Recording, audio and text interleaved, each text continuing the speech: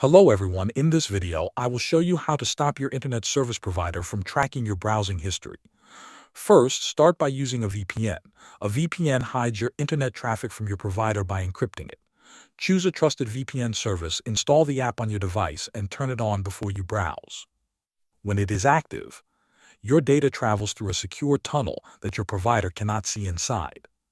Second, always use HTTPS websites.